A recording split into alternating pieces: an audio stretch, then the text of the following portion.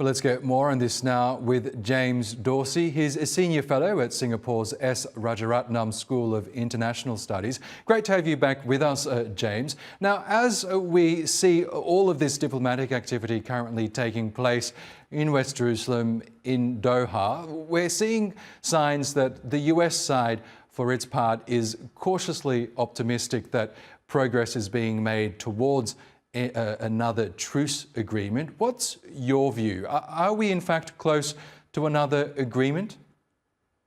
This is a very complex and in some ways intransparent process in the sense that we don't know exactly what is being discussed in Doha.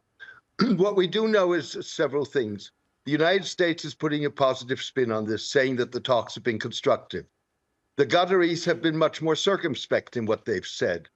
And Hamas has said that it will only return to the negotiating table if we're discussing the May 31 proposal by President Biden, as it was presented on the 31st of May. Now, there are two aspects here. If you look closely at the proposal on the 31st of May, it does not guarantee a permanent end to the war. What it does is have a first phase in which hostages and captives will be exchanged, and the war will be temporarily halted. And then it involves the beginning of negotiations that would flow over into the second stage for a permanent ceasefire. And the ceasefire in the second phase would hold as long as those negotiations go on. With other words, either party could pull out at any given moment. So Hamas, in a sense, has made a concession there. The other layer that we're not seeing is that while the United States puts a positive spin on the negotiations, and there may have been progress, we just simply don't know, they're at the same time mulling what they may do if these talks fail, primarily because of intransigence on the part of Prime Minister Netanyahu. And there are various options that they're discussing.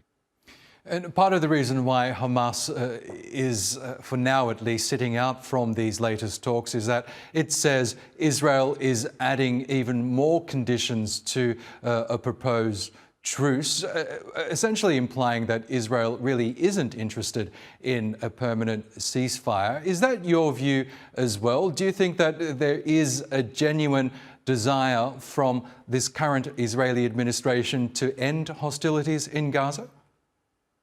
I think it's both.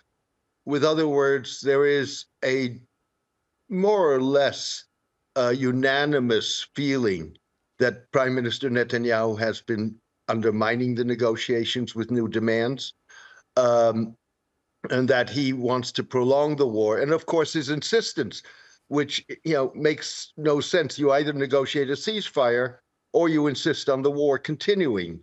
So what he wants is a ceasefire, get some of the hostages out, and then he wants to continue the war.